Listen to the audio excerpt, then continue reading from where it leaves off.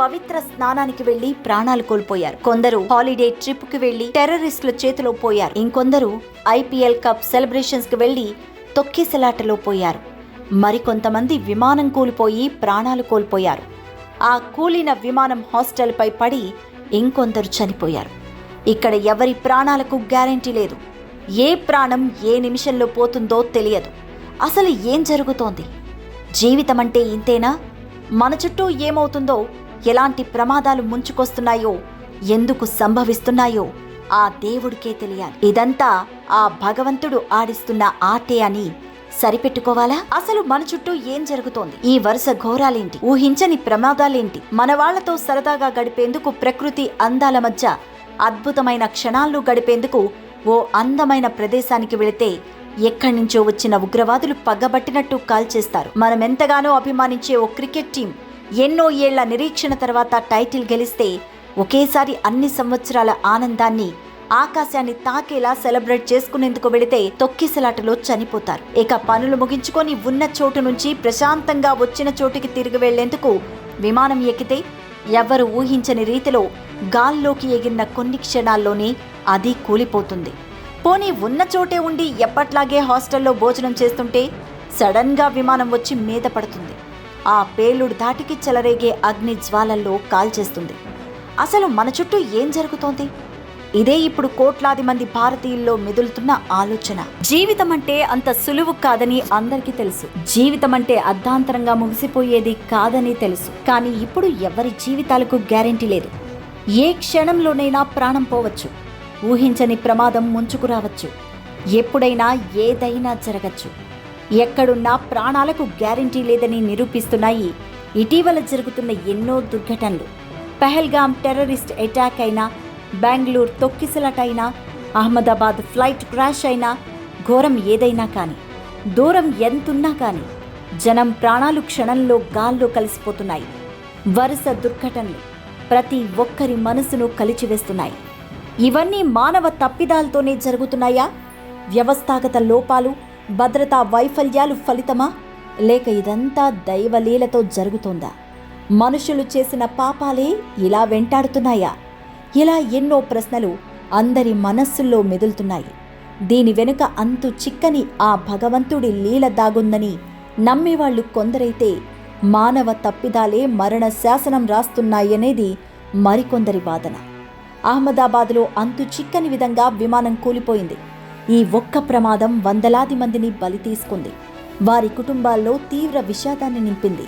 ఈ దుర్ఘటనతో దేశం మొత్తం నివ్వెరపోయింది. ఒక్కొక్కరి గాథలు విన్నాక మానవత్వం ఉన్న ప్రతి ఒక్కరి కళ్ళు చెమ్మగిల్లాయి. దేశం మొత్తాన్ని కదిలించిన ఈ ఘోర ప్రమాదం భారత చరిత్రలోనే ఒక మహా విషాదం. విమానం కూలిపోవడం, హాస్టల్ భవనంపై పడి పేలిపోవడం, భారీ ప్రాణ నష్టం సంభవించడం. జనంలో ఇప్పుడు విమాన ప్రయాణం అంటే భయాందోళన, అభద్రతాభావం కనిపిస్తున్నాయి. ఫ్లైట్ జర్నీపై అనేక అనుమానాలను రేకెత్తిస్తున్నాయి. ప్రమాదానికి సంబంధించిన హృదయ విదారక దృశ్యాలు చూసి ఎంతోమంది ఆవేదన వ్యక్తం చేస్తున్నారు. భగవద్గీత పుస్తకం చెక్కు చెదరకుండా ఉండడం, భక్తులు మరణించడం లాంటి ఘటనలు కూడా ప్రజల్లో భిన్నమైన చర్చకు దారితీశాయి.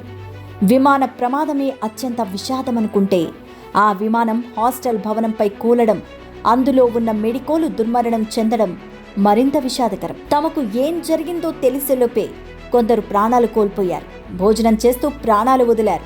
భారీ విమానం రూపంలో వచ్చిన చావు నుంచి తప్పించుకోలేక ప్రాణాలు విడిచారు. చావును మోసుకొచ్చిన ఫ్లైట్ ఎక్కి ప్రయాణికులు చనిపోయారు. కానీ ఎలాంటి సంబంధం లేకుండా, వారి ఎలాంటి తప్పిదమూ జరగకుండా ఆ మృత్యు విహంగానికి హాస్టల్లోని మెడికల్ స్టూడెంట్స్ బలైపోయారు. ఇది కేవలం ఒక విషాదం మాత్రమే కాదు, ఈ దేశ ప్రజలందరి గుండెలను పిండేసిన దుర్ఘటన. ఇదంతా ఆ దేవుడు ఆడిస్తున్న ఆటే. ఎందుకిలా జరుగుతుందో, ఎందుకిలా చేస్తున్నాడో, ఎందుకు ఇంతమంది ప్రాణాలు గాల్లో కలిసిపోతున్నాయో ఆ దేవుడికే తెలియాలి. ఎవరిని చూస్తే భయం చస్తుందో, ఎవరిని తలిస్తే ధైర్యం వస్తుందో, ఎవరిని స్మరిస్తే మన గుండెల్లో ఆత్మవిశ్వాసం రెట్టింపవుతుందో, ఎవరి అనుగ్రహం ఉంటే ఏదైనా సాధించగలమనే నమ్మకం వస్తుందో ఆయనే దేవుడు. అయినా మనుషుల జీవితాలే అంత. ఆట మనమే ఆడుతున్నా ఆడించేవాడు ఆ భగవంతుడని నమ్మేస్తాం. ఎప్పుడైనా ఏదైనా జరగచ్చు. లైఫ్కి గ్యారంటీ లేదు, కానీ ఈ మధ్యకాలంలో జరుగుతున్న వరుస దుర్ఘటనలు అసలు దేవుడు ఉన్నాడా అనే ప్రశ్న తలెత్తేలా చేస్తున్నాయి. దేవుడనేవాడు ఉంటే ఇన్ని ఘోరాలు జరుగుతుంటే చూస్తూ ఊరుకుంటున్నాడా? ఈ ప్రమాదాల నుంచి మానవుల్ని ఎందుకు బయటపడేయడం లేదు? మనుషుల కర్మ ఇంతేనా? చేసిన పాపాల ఫలితమో తెలియట్లేదు.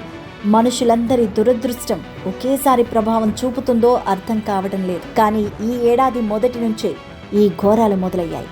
144 ఏళ్లకొకసారి వచ్చే మహాకుంభమేళాలో ఆధ్యాత్మికత వెళ్లి విరిసే సమయంలో కోట్లాది మంది భక్తజనం భక్తి శ్రద్ధలతో పుణ్యస్నానం ఆచరించే వేళలోనూ జరగబోయే దుర్ఘటనని ఆ భగవంతుడు ఆపలేకపోయాడు. ఆ దేవుని సన్నిధిలో ఆధ్యాత్మిక క్షేత్రంలో పవిత్ర త్రివేణి సంగమానికి సమీపాన తొక్కిసలాట జరిగి పదుల సంఖ్యలో ప్రాణాలు పోయాయి. పుణ్యస్నానాల కోలాహలం కనబడాల్సిన చోట విషాద ఛాయలు అలుముకున్నాయి. ఈ ఘటన దేశం మొత్తాన్ని భయభ్రాంతులకు గురిచేసింది.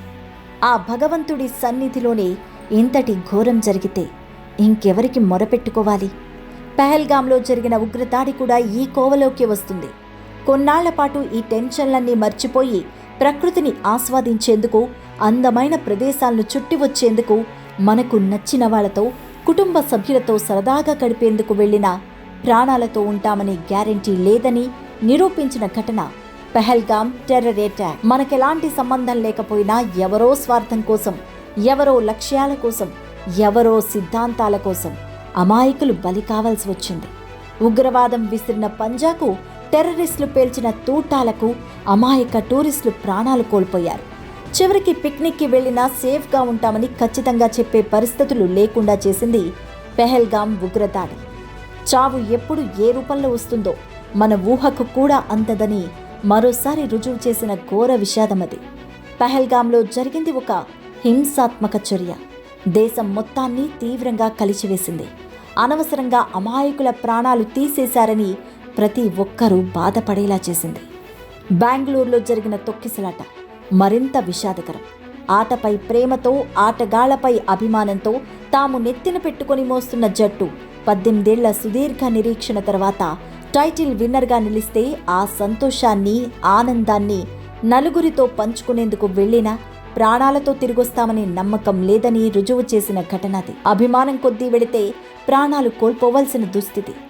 ఎవరో నిర్లక్ష్యానికి ఎందరో బలైపోయిన విషాద ఘటన. అంటే సెలబ్రేషన్ కోసం వెళ్ళిన, సైలెంట్గా ఉన్న చోటే ఉన్నా ఎప్పటికీ ప్రాణాలతో ఉంటామనే నమ్మకం లేదు. ఆయుష్ తీరిన తర్వాత ప్రాణాలు వదలడం వేరు, అర్ధాంతరంగా తనువు చాలించడం వేరు. ఎలా చనిపోతున్నామో తెలియకుండానే వందలాది మంది ప్రాణాలు కోల్పోవడమే ఇక్కడ విషాదకరం. అందుకే అనుమానం కలుగుతోంది, ఇది ఆ దేవుడు ఆడుతున్న ఆటేనని. ఎందుకు మరో ఎగ్జాంపుల్, విశ్వాస్ రమేష్ కుమార్ 241 మంది ప్రాణాలు కోల్పోయిన విమాన ప్రమాదం నుంచి మృత్యుంజయుడిగా బయటపడిన ఒకే ఒక్కడు. Air India Boeing dream liner విమానంలో ఉన్నోళ్లంతా చనిపోయి విశ్వాస్ ఒక్కడే ప్రాణాలతో బయటపడ్డాడంటే ఇది ఖచ్చితంగా ఆ దేవుడి ఆటే కదా అనే వాదనలు వినిపిస్తున్నాయి. ఈ భూమిపై జన్మించిన వాళ్ళంతా ఇక్కడే శాశ్వతంగా ఉండిపోయేందుకు రాలేదు, అది కుదరదు కూడా. ప్రతి ఒక్కరికి చావు అనేది ఏదో ఒక రోజు తప్పదు. కానీ ఇలా జీవితాలు అర్ధాంతరంగా ముగిసిపోవడంలోనే అర్థం లేదు. ఈ వరుస దుర్ఘటనలు దేవుడి ఉనికినే ప్రశ్నిస్తున్నాయి, ఓ భారీ హెచ్చరికను పంపుతున్నాయి,